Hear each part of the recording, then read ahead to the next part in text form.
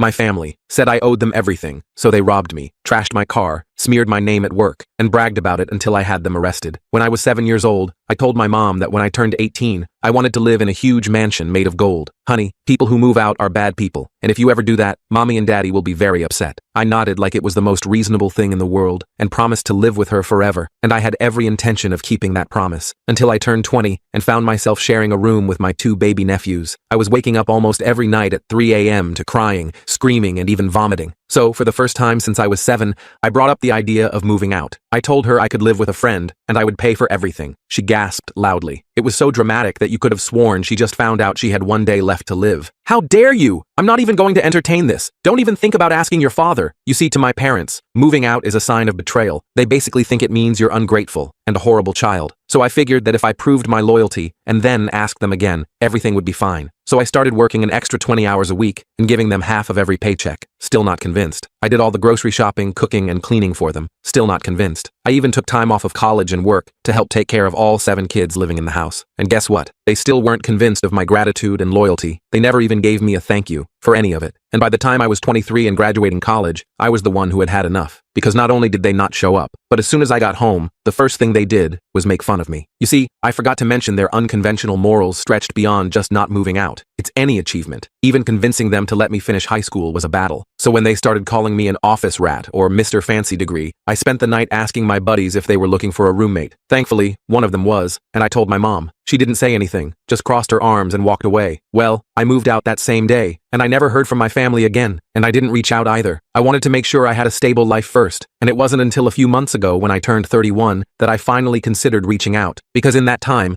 I had gotten an extremely beautiful and amazing fiancé, a nice car, and a very solid career, which meant I had enough money to not only pay off my parents' mortgage, but also to help contribute to a new house for them and the kids. As I wrote out the check for $200K, I felt a sense of pride, because I was finally able to give back to my family, show them how much I love them, and that's when I did something extremely crazy and reckless. I invited my entire family over for dinner. It was via email, and was the first time we had spoken in 8 years. My mom replied almost instantly, and said they'd all be attending. My heart jumped. I really thought this was going to be the moment our relationship is rebuilt. In the days leading up to it, I did everything I could to make sure it was perfect. I planned on cooking 3 homemade recipes, and even set up a little play area for the little ones. I didn't want to get my hopes too high, but as I set up, I couldn't stop fantasizing about what they might say. We loved you all along. We missed you so much, were all things I longed to hear. So when the moment finally came, and they were at my doorstep, me and my fiancée, Ella, happily welcomed them inside. My 2 nephews came, along with my 4 nieces, 3 aunts, uncle, and my parents. Aside from some small talk, the house was pretty much silent for a while. I felt so awkward that I broke the silence by taking out the fat check and handing it to them. This is for your mortgage, and some extra to help you in the future. Oh wow, my mom was the first to speak. So you think you can just abandon your family and come back with some money like nothing ever happened? I felt that familiar pain again, like a wound being poked. I'm sorry, Mom. Sorry? This time it was my dad who interrupted. Oh yeah, I'm the most ungrateful and worthless piece of crap, but hey, at least I'm sorry. He said it in a sarcastic tone to mock me. I swear I was about to start crying, but then my mom chimed back in to change the topic. She pointed to Ella before saying, I hope you're not actually with this sorry excuse for a woman. I stared at the check in my mother's hand. The smell of the freshly cooked dinners hit my nostrils. Suddenly, all my sadness and guilt was replaced with a deep, unearthing rage. I grabbed Ella's hand, shoved the adults out of the way and walked out. We got in the car and drove around the corner. Ella wasn't upset either. In fact, she was just as angry as me. We didn't say much, but she knew I was done with them. It had been building for years. Today was just the breaking point, my reality check. I knew I couldn't ignore it, that I had to do something. I couldn't finish the story in this short video, but it gets intense. They're still in our apartment, Ella finally said, checking her phone. Your mom's texting me now. She showed me the screen. My mom had somehow got Ella's number and was sending a barrage of messages, each one nastier than the last. I called Michael, explained the situation, and he offered to let us crash at his place for the night. We stopped at a convenience store for toothbrushes and drove to his apartment across town. The whole time, my phone was blowing up with texts and calls from various family members. When we got to Michael's, I finally looked at the messages. My mom was demanding I come back immediately. My dad was threatening to take what they were owed from our apartment if I didn't return. My aunt was calling me selfish and ungrateful. They were all acting like I was the villain in this story. I turned off my phone and tried to sleep on Michael's couch, with Ella curled up beside me. Around 3 a.m., Michael's neighbor knocked on the door. He looked concerned. Hey man, aren't you staying in building 1400? I just drove past and there were people carrying stuff out to a truck. I sat bolt upright. They were robbing us. My own family was robbing our apartment. Michael offered to drive us back, but I was worried about confrontation turning violent. Instead, I called the non-emergency police line. I explained the situation calmly. Unauthorized people were removing items from my residence. I didn't mention they were family. We arrived back at our apartment complex just as a patrol car pulled up. I could see my parents' old minivan and my uncle's pickup truck parked out front, both loaded with what looked like our electronics and Ella's art collection. My dad was carrying our TV down the stairs when he spotted me. For a split second, I saw something I'd never seen on his face before. Shame. Then it was gone, replaced by the familiar scowl. "There he is, officer," my mom shouted from behind him. "Our son who stole our money and is now trying to get us arrested." The police officer looked between us, clearly trying to piece together a messy family situation. "Sir, is this your residence?" he asked me. "Yes, it is. I have ID with this address, and the lease is in my name." I pulled out my wallet. While the officer was checking my ID, my mom stormed up to me. "You ungrateful child. After everything we've done for you, we raised you, fed you, clothed you, and this is how you repay us." Ella stepped forward. "Ma'am, you're currently stealing from our home. I don't think you're in a position to talk about gratitude." My mom turned her rage on Ella.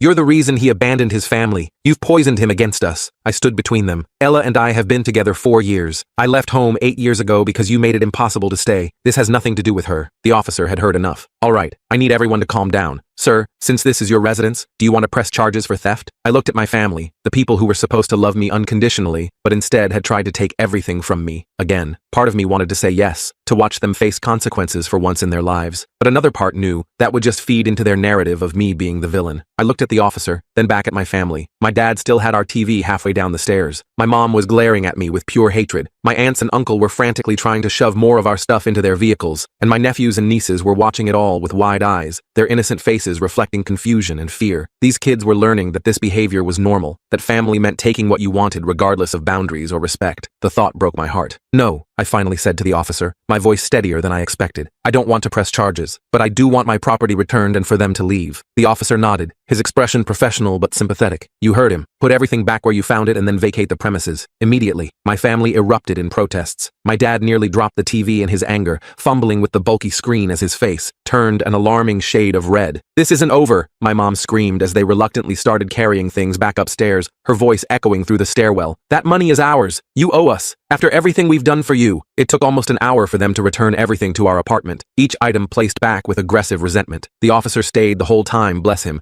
standing vigilantly by the door with his arms crossed. When they finally left, he suggested we change our locks immediately. He also recommended we document all our belongings in case they tried something like this again, his years of experience clearly telling him this wasn't the end of the conflict. As soon as the last family member drove away, tires screeching in protest, I collapsed onto our couch, emotionally drained. Ella sat beside me, taking my hand in hers, her touch grounding me in reality. "I'm sorry," I whispered, my voice barely audible. "I'm sorry I put you through this. You didn't sign up for this level of crazy." Ella apretó mi mano, sus ojos reflejando fuerza y compasión. "This isn't your fault. None of this is. But we need to protect ourselves now." I nodded, still trying to process everything that had happened in the past few hours. "They took the check," I realized suddenly, sitting upright. "My mom never gave it back. I saw her stuff it in her purse." "Can you cancel it?" Ella asked, already reaching for her phone. I called my bank immediately, explaining the situation as calmly as I could. Thankfully, they put a stop payment on the check right away. The customer service rep even waived the $30 fee after hearing what happened, her voice softening with sympathy. Small mercies, I guess. We spent the rest of the night taking photos of our belongings and changing all our passwords on every account we could think of. I even called our property manager to get permission to change the locks first thing in the morning, explaining briefly about the family emergency. Ella was amazing through it all, staying calm and focused when I felt like I was falling apart, methodically documenting everything we owned while I made calls. The next morning,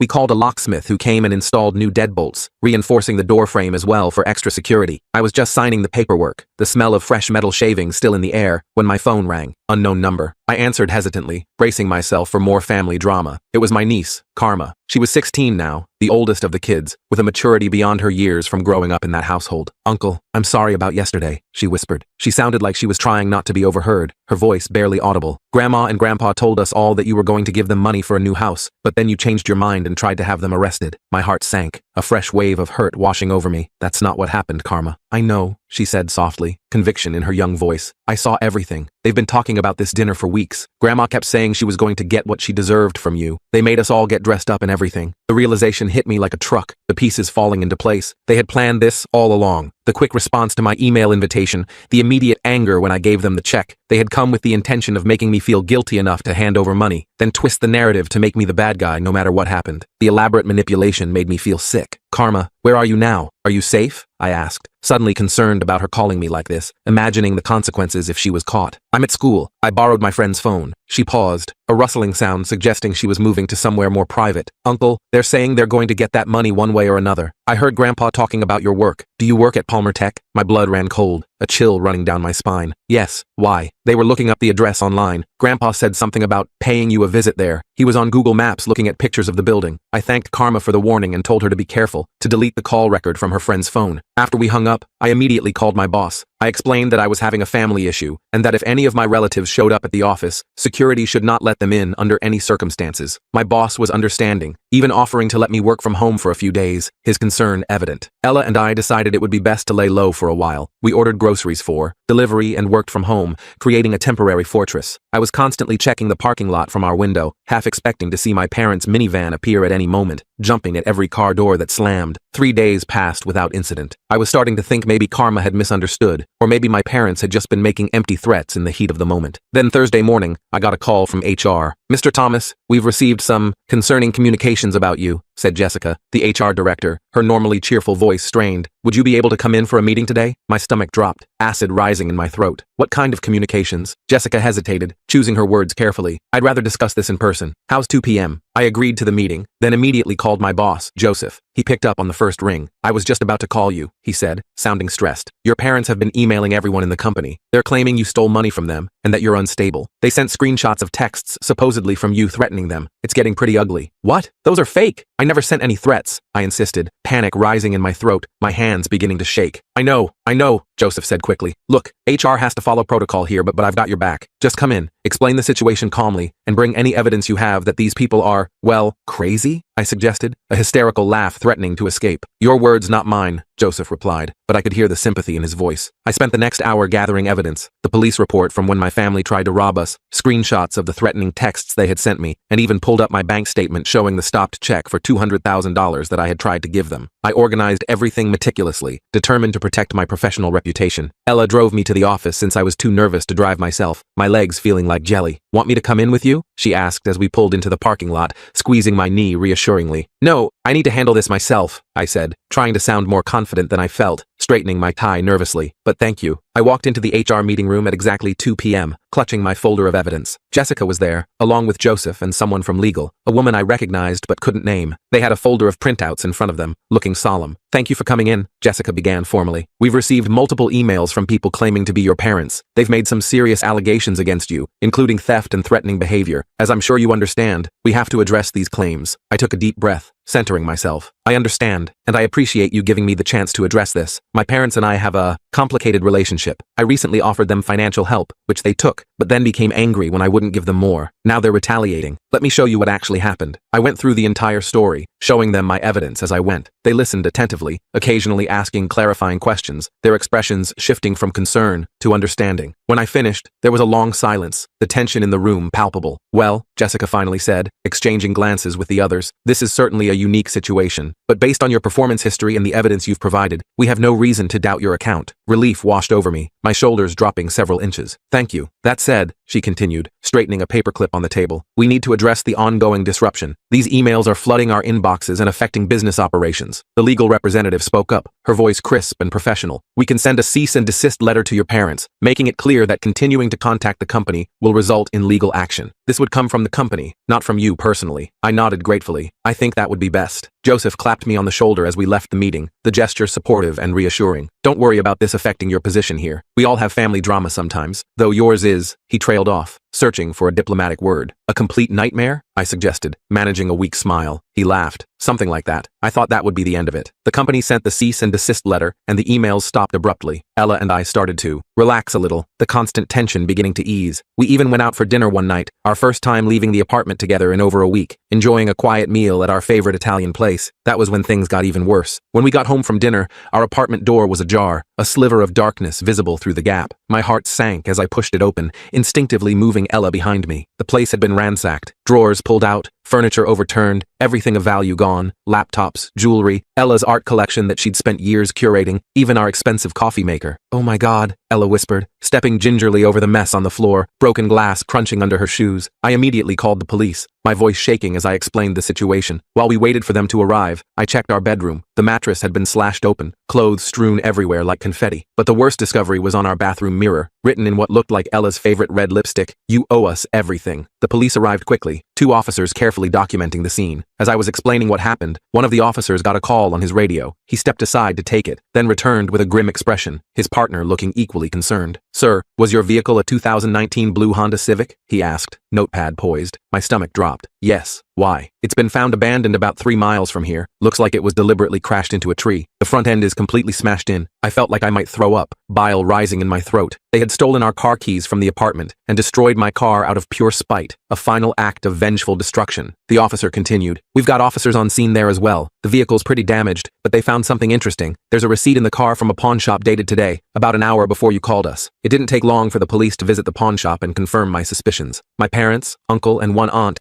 had sold most of our valuables there, caught clearly on camera. The security camera footage showed them clear as day, my father even smiling as he pocketed the cash. Between the break-in, car theft, and pawn shop evidence, the police had enough to arrest them for felony charges, but they couldn't find them. My family had apparently skipped town right after pawning our stuff, vanishing like smoke. The next few days were a blur of insurance claims, police reports, and trying to piece our lives back together. Our renter's insurance covered most of the stolen items, but the emotional damage was harder to quantify. Ella was jumpy every time she heard a noise in the hallway, her eyes constantly darting to the door. I couldn't sleep for more than an hour without waking up in a panic, drenched in sweat. A week after the break-in, I got a text from Karma again. "Grandparents staying at Uncle Robert's cabin upstate. They're bragging about what they did. I'm scared." I immediately forwarded the message to the detective handling our case. Within hours, they had dispatched officers to the cabin and arrested my parents, aunt, and uncle. The relief I felt was overwhelming, but short-lived, because now came the hard part, deciding whether to press charges against my own family. The detective explained that with the evidence they had, my family was looking at serious jail time. Part of me wanted that, wanted them to finally face consequences for their actions, but another part of me thought about the kids, especially Karma. What would happen to them if all the adults went to prison? I spent a sleepless night weighing my options, staring at the ceiling as Ella slept fitfully beside me. In the morning, I called the detective. My decision made. "I want to press charges," I said firmly, "but I'm concerned about the children in the household." The detective assured me they would coordinate with Child Protective Services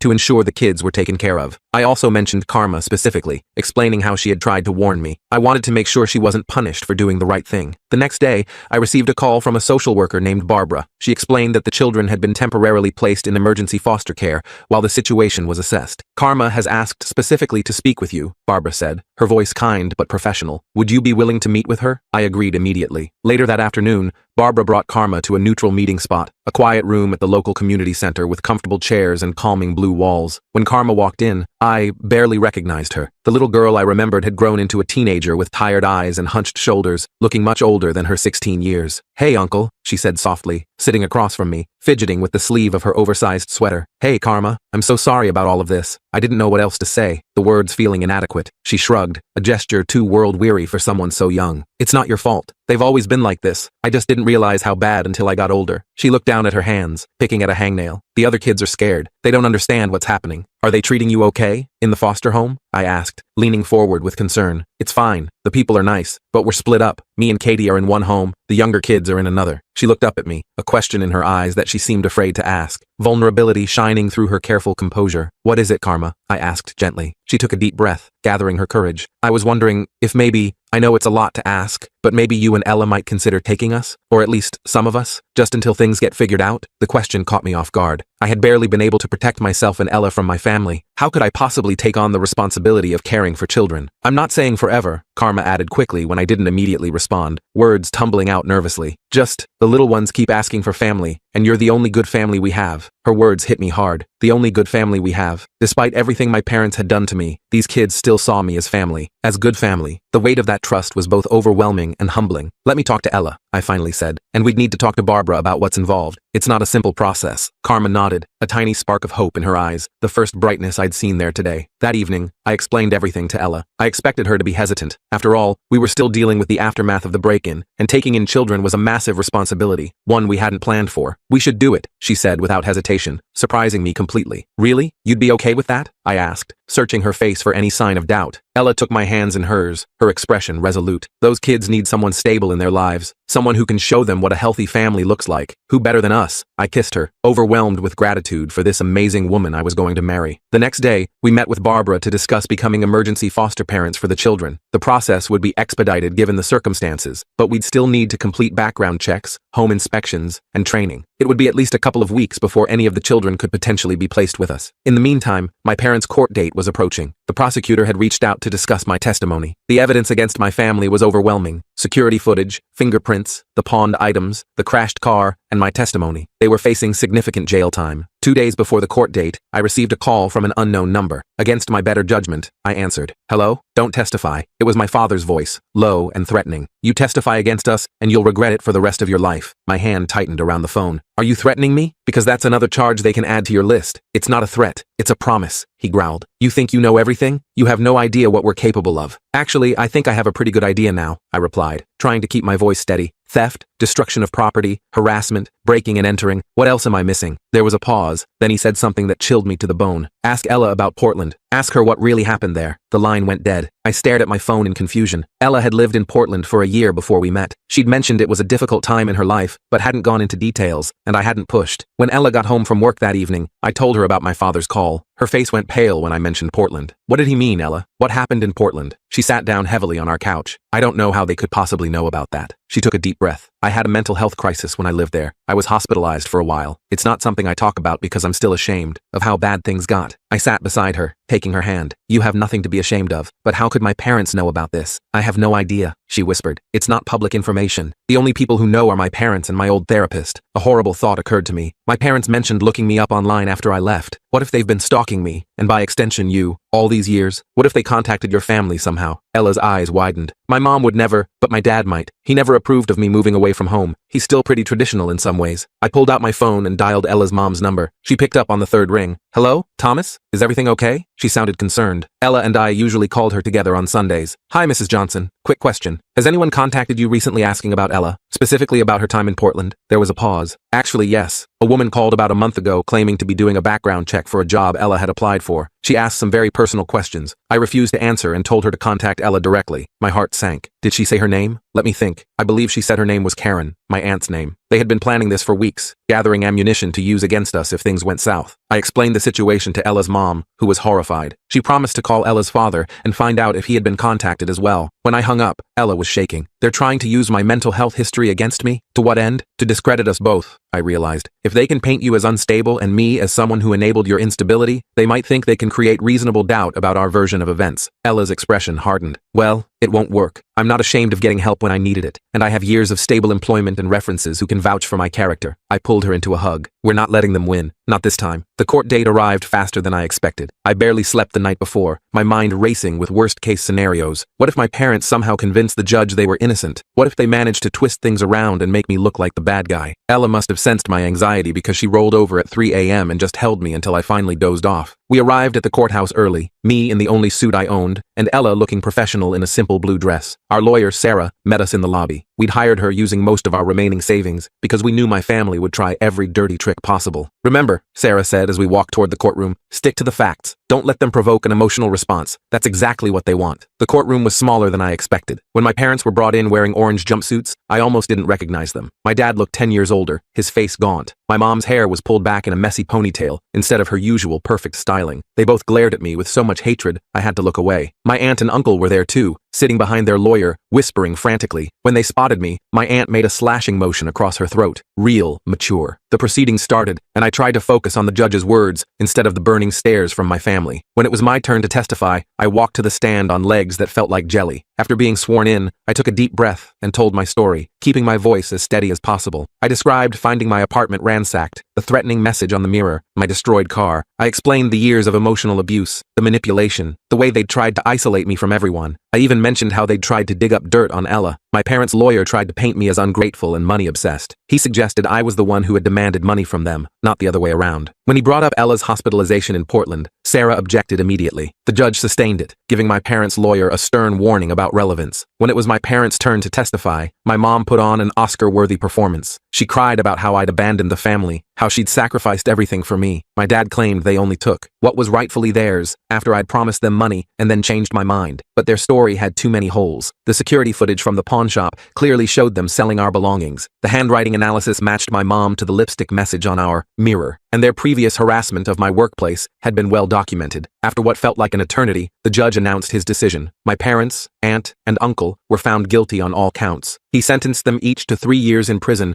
with the possibility of parole after 18 months. They were also ordered to pay restitution for everything they'd stolen and damaged. My mom screamed when the sentence was read, lunging toward me until the bailiff restrained her. "This is your fault," she shrieked as they led her away. "You've ruined this family." I sat there frozen until the courtroom had cleared out. Ella apretó mi mano, trayéndome de vuelta a la realidad. "It's over," she whispered. But it wasn't quite over. We still had the kids to think about. The next few weeks were a whirlwind of paperwork, home inspections, and foster parent classes. We moved to a larger apartment with 3 bedrooms and started preparing for the children. Karma would come first, then hopefully the younger ones once we got settled. Barbara, the social worker, was amazing through the whole process. She fast-tracked our application and helped us navigate the complex system. When she told us we'd been approved to take Karma, I nearly cried with relief. The day Karma moved in was both terrifying and wonderful. She didn't have much, just 2 duffel bags of clothes and a backpack with some books. When she walked into her new room, which Ella had painted light purple and decorated with fairy lights, she just stood there staring. "Is it okay?" I asked nervously. "We can change it if you don't like it." Karma turned to us, her eyes watery. "No one's ever given me my own room before." Those first few weeks weren't easy. Karma had nightmares almost every night. She was jumpy around loud noises and apologized constantly for the smallest things, taking too long in the bathroom,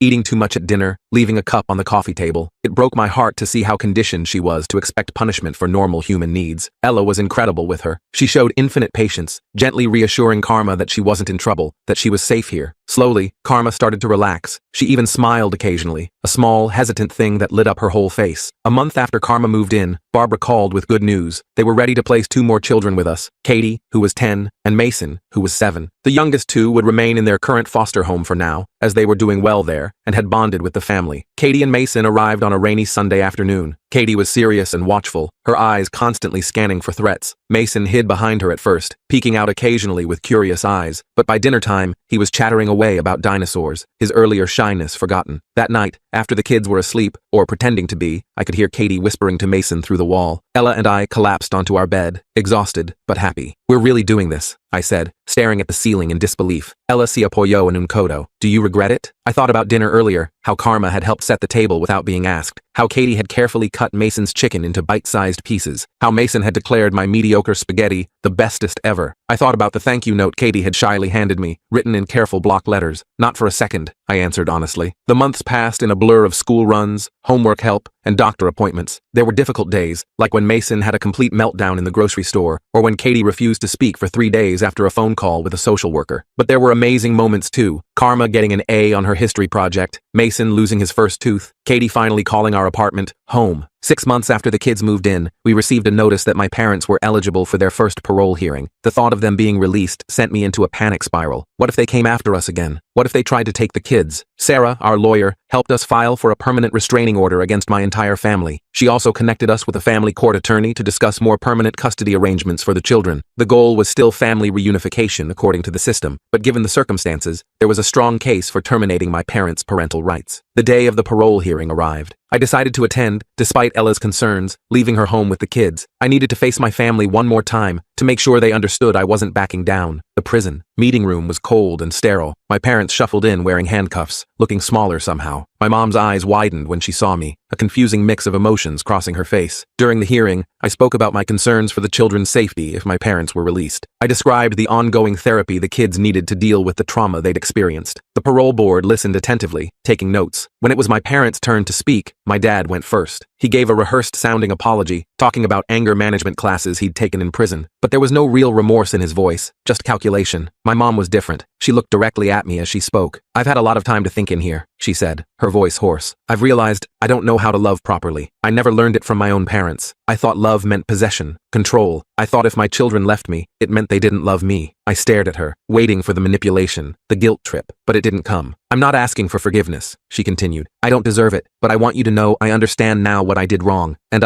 her voice broke, "I hope those children are happy with you, happier than they ever were with me." I didn't know what to say. This wasn't the script I'd expected. For a brief moment, I saw a glimpse of what might have been if she'd gotten help decades ago, but it was too late now. Too much damage had been done. The parole board denied their release, citing the seriousness of their crimes and ongoing safety concerns. They would be eligible to apply again in 6 months. As they were led away, my mom looked back at me one last time. I nodded slightly, not forgiveness, but acknowledgement. Then they were gone. I drove home feeling strangely empty, like I'd finally put down a heavy weight I'd been carrying my whole life. When I walked through the door, the apartment was filled with the smell of chocolate chip cookies. Mason ran to me, his face covered in cookie dough, wrapping his sticky arms around my legs. "We're making surprise cookies," he announced proudly. "They were supposed to be a surprise," Karma corrected, rolling her eyes but smiling. Katie appeared from the kitchen, flour in her hair. "Are you okay?" she asked quietly, always perceptive. "I'm okay," I said, surprised to find it was true. "Actually, I'm better than okay." Ella came out wiping her hands on a dish towel. "How did it go?" she asked, concern in her eyes. "They were denied parole, but honestly, it doesn't matter anymore. They can't hurt us again." That night, after tucking the kids in, Ella and I sat on our small balcony, looking at the stars. Our wedding was a month away, nothing fancy, just a small ceremony with close friends. The kids were thrilled to be part of it. Mason was taking his ring-bearer duties very seriously, practicing walking slowly down our hallway with a pillow. "Do you ever think about how differently things could have turned out?" Ella asked, her head on my shoulder. I thought about the 7-year-old me, promising to live with my parents forever. I thought about the desperate 20-year-old, trying anything to earn their approval. I thought about the $200,000 check I'd nearly given them, thinking it would fix everything. "Yeah," I said, "but then I wouldn't have you. Or the kids. I wouldn't trade this for anything." Ella smiled, taking my hand. Inside, I could hear Karma playing her guitar softly, Katie singing along. Mason had probably snuck out of bed to join them, as he did most nights. It wasn't the gold mansion I dreamed about at 7. It was better. It was home.